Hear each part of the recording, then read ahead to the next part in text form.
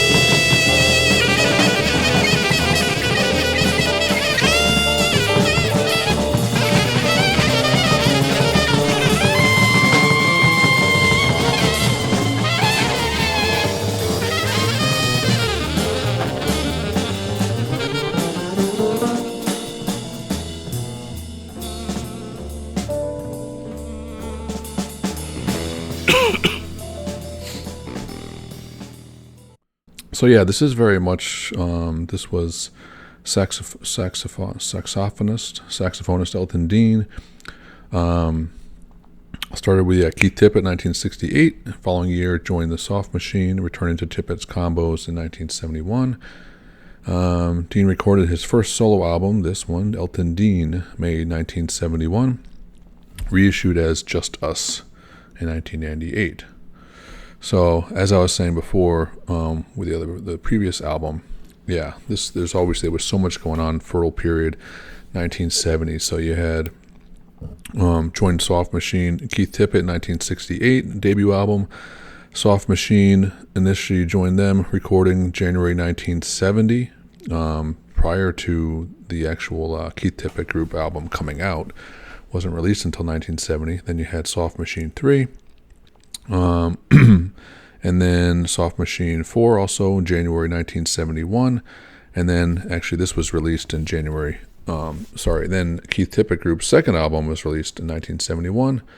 And then also this album came out in May 1971. So he had Soft Machine, he had Keith Tippett Group, and also this debut album. And this one definitely of the bunch sounds the most. I think this would be considered like kind of free jazz, not as much fusion actually on this particular one, but definitely like free jazz, maybe similar to like Nucleus. But I think as they stated, obviously this between Soft Machine and then between the jazz at the time, and it came out in '69, whether it's Miles Davis obviously had a huge influence on a lot of the players at the time that were interested in jazz at all, or even fusion. So I think it can be said that this, for sure, between Miles Davis and other even Coltrane and other prominent jazz artists in going into free jazz at the time, fusion would have been a huge influence on this. But yeah, that was even years prior. That had been going on for a couple of years at this point. So certainly, plenty of people jumping into that field. And again, yeah. So this has basically Keith Tippett's sextet, big portion of them, the horn players, Mark Schurig, Nick Evans. The one standout of this, honestly, from the other, whether it's Keith Tippett Group or Centipede or other sort of jazz fusion, jazz rock, or free jazz. This one has very much like a straight up, has a very big jazz feel. Doesn't seem to be going into like fusion at all, or any of the Soft Machine arena, or even Keith Tippett potentially. And I have yet to, honestly, I haven't listened to extensively this time. I listened to the first Soft Machine, and I've heard some of this, the third and the fourth Soft Machine, but I don't remember how much it had one foot in the experimental, avant-garde, or jazz, or rock at the time. So I'm not sure. I'd have to listen to it again to see how close this was to some of the Soft Machine stuff. But it sounds great. I mean, the bass between Neville Whitehead and Mike and Roy Babington, I think, doing a little bit more of the string bass and avant-garde on this. But yeah, Phil Howard sounds amazing drums. So this sounds very much, it could have been easily like a jazz release at the time. The players, especially the bass and the drums, are the key components for me that says this is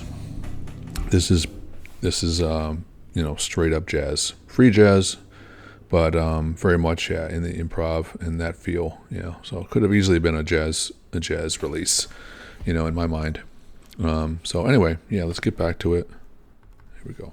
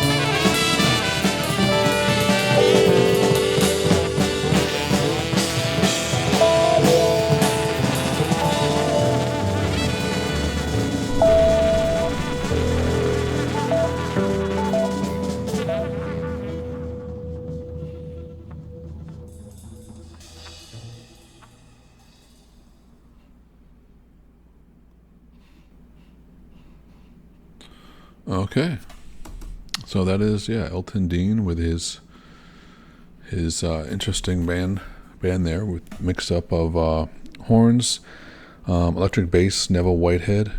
Whether that was Elton Dean on electric piano, I think he said he played electric piano on all these tracks as well. But from what I read, Mike Ratledge was also playing organ, electric piano on this track. So I'm not sure which of them was playing the electric piano. And I assume that was string bass, that very low, it was Roy Babington from Delivery, and would later go into this group, and then also Soft Machine later on. Definitely a known player amongst the Canterbury scene.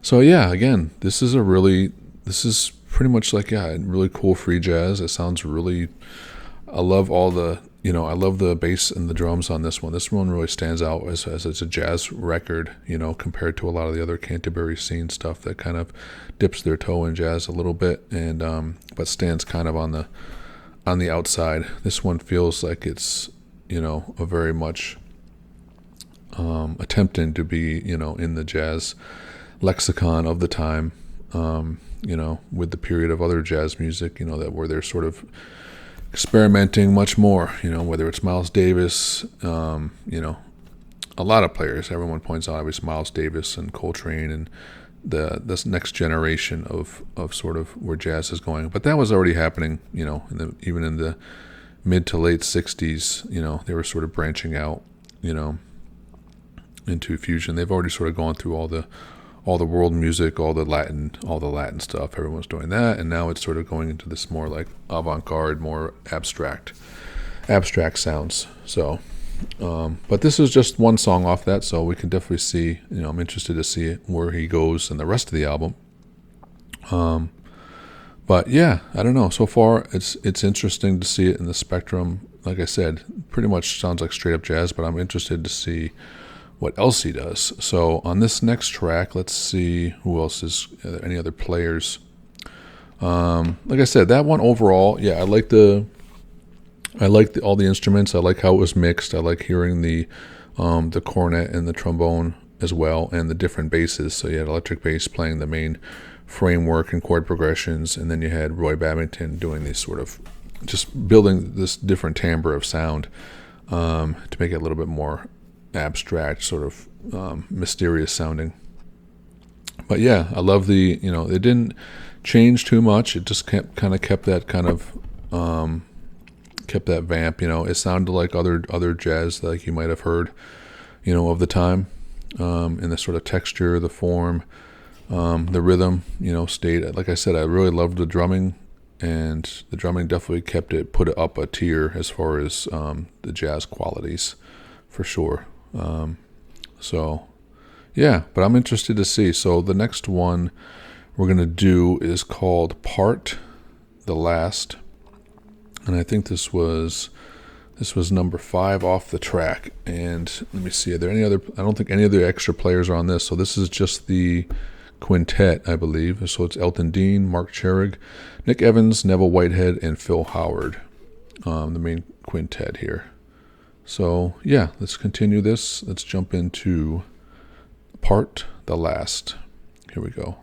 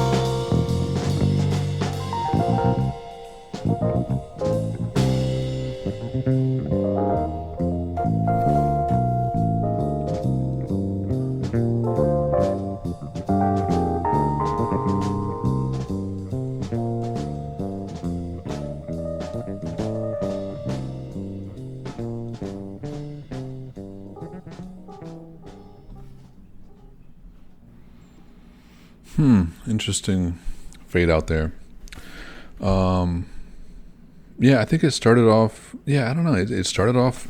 Yeah, how did it go from beginning to end? It kind of started off obviously like introduction, and kind of brought in the horns, halfway through or a little over halfway through, to sort of, build into this. Okay, now we're gonna bring in the melody, and then quickly just kind of, really didn't. I don't know where they really didn't really take it anywhere. I feel like it kind of just kind of opened up, where the drums and the bass and everyone kind of just kind of broke everything down and just let it sort of come apart into a way, improvise a little bit more perhaps. But I feel like it really didn't, the way they sort of separated a little bit, and that cohesiveness didn't really add to it necessarily. And I feel like it kind of it just kind of broke. For me, moving that cohesiveness, making it a little less cohesive, less sort of being a little bit more abstract. But I feel like they didn't keep it where it was strong enough to sort of separate, for them to go off on their own and still have that sort of something binding it together, to some degree. You can have everybody sort of going on their own and still have that where it feels like it's still bonded together, But in this one, it didn't feel like it was bonded together. The bass player, I don't know, he's so Neville Whitehead. He sounded like he was sort of, searching a little bit. He had played with Keith Tippett here and there. He played, as I said, he played on Robert Wyatt's debut, and then he would play on this, obviously, and then he would go on and play with some Jean-Luc Ponty a little bit, and I think he ended up playing on Isotope later on, which I haven't heard yet. But yeah, I don't know. For me, I feel like the bass broke down a little bit. He was kind of just playing. It sounded a little off kilter, So I don't know if it was on purpose or just, maybe they did another take, or maybe they should have done another take, or if this was the intention. But for me, it sounded like it fell apart a little bit. And the drummer, I feel like they were trying to keep it together. Elton Dean on piano, was fine, but he was just kind of, nobody was really, it didn't sound like anybody was leading it. And so they were all deciding, kind of following, but they weren't following anybody, at the end of the day. So it all kind of just laid flat a little bit for me on that second half. It sounded nice when the horns came in, when I think cornet came in with Mark Charig, and the sax sounded great. So the introduction was interesting. The introduction, it just kind of laid a foundation, a kind of generic foundation of something to happen. And then it really didn't go anywhere for me. It just sounded like this kind of stagnation. And I think the bass and the drum and the electric piano were all kind of wondering, where do they go from here? And it just didn't go anywhere. And they kind of, you could tell they were kind of, it sounded to me like they were floundering a little bit, of like the rhythm and the drums and the bass were all kind of like, had trouble finding their footing again. But yeah, that's going to happen, when that's the thing with this Canterbury mixing with sort of jazz and rock and fusion and free jazz. Once you really settle yourself into the jazz field, primarily, which I feel like this album, they're kind of formulating themselves into the jazz field more than this sort of avant-garde, like, oh, we're not defining ourselves as jazz or rock or fusion. But once the field really feels defined as jazz, you really are then putting yourself into this sort of not competition, but you're putting yourself into this idea of expectations of like, okay, now I'm expecting to hear jazz and expecting to hear this sort of confidence in the jazz field, and this sort of expectation of like a jazz player, and feeling this ability, in improvisation. So that, I think, starts to fall apart. Like on the second part, that improvisation of letting, players, react to each other, whether it's Elton Dean, the drummer, and the bass player, all three of them sort of trying to react to each other, improvise. I felt like they they were floundering a little bit. They weren't sure who they were following. Were they following anybody? Or were they just reacting in the moment? And it just didn't gel, in that instance. Doesn't mean anything other than just at that time, you're gonna gel differently every time, every moment to moment, every minute to minute. But maybe in this recording, to me, it didn't gel. And, I was just looking up. So at the time this came out, so say from 69 to 71, like I said, you had Don Cherry, you had Pharoah Sanders, Miles Davis, you had Archie Shepp, you had the Art Ensemble of Chicago, you had Ornette Coleman. That was just in 69. In 70, 71, then you would start to get more. You had Alice Coltrane, you had Bill Evans, Freddie Hubbard, Keith Jarrett, Mahavishnu Orchestra, Jean-Luc Ponty, again, more Pharoah Sanders. Then you had the Keith Tippett, Weather Report. So there's plenty, McCoy Tyner, and so on and so forth. So these past few years in jazz, you've certainly had very competent jazz players, going into sort of jazz fusion, jazz, free jazz, all these alternatives of traditional jazz, bebop, and so forth. So for Elton Dean and all these guys to sort of come into the mix very much saying, we're jazz, we're going into the jazz field, that's a big set of pants, that's a big order, to put yourself into that field without saying like, we're a little bit less defined than that. We're going to go into sort of more avant-garde. We're going to go into more rock and stuff like that. So it's a safer place to be, but I don't know. But these two songs so far, I liked the first song. This one, I liked the introduction, but I just don't know where it was going to. It kind of went into this horn part where you're expecting to evolve into some kind of melody or somewhere where the band is going to come together and build into something different. And to me, it just kind of fell apart a little bit. So anyway, I don't know. I've said that over and over again, but I will listen to the rest of the album, because I'm interested to see what else they bring out. I don't want to define it just by these two songs.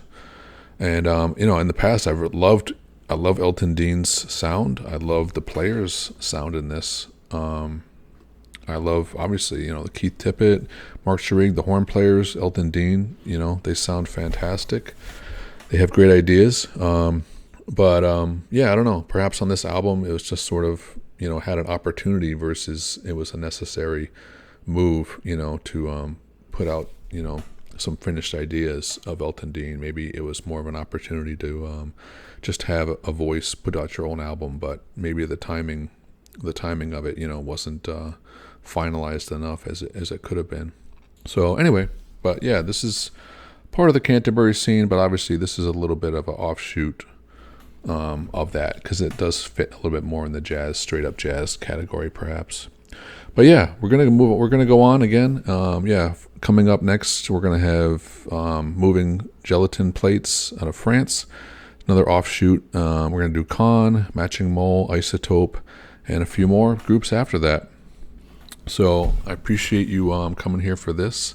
It's really enjoyable to go down this rabbit hole with the Canterbury scene because I'm just scratching the surface with a couple tunes on each, but it's already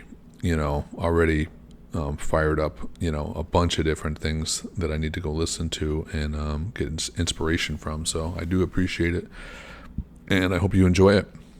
And again, coming up, like I said, we got full albums. We're going to do some polls. Reach out again with full albums to listen to in the future. I'll put some polls out there as we do. And recommendations are coming. I got another 5 or 6 song list of recommendations to put out in the pretty shortly in the upcoming weeks that you guys have given me the past month. So some great ones are coming up. So I'm really looking forward to that. And then, as always, I'm going to be going out some different paths, some different styles of music, some different genres. It's electronica of the 70s, late 60s, 70s, blues, fusion, world music, and some other jazz stuff, maybe into this field, more the jazz fusion and free jazz. The late 60s and 70s. I'm probably going to be doing a little bit more. So a few marathons on those, and those might be try to be more informational also. But again, it's all about sharing here, getting it from you guys, and giving back. So I really do appreciate it. And again, so I will see you next time, and look forward to it very much. And that being said, have a great day. All right, take care. Bye-bye.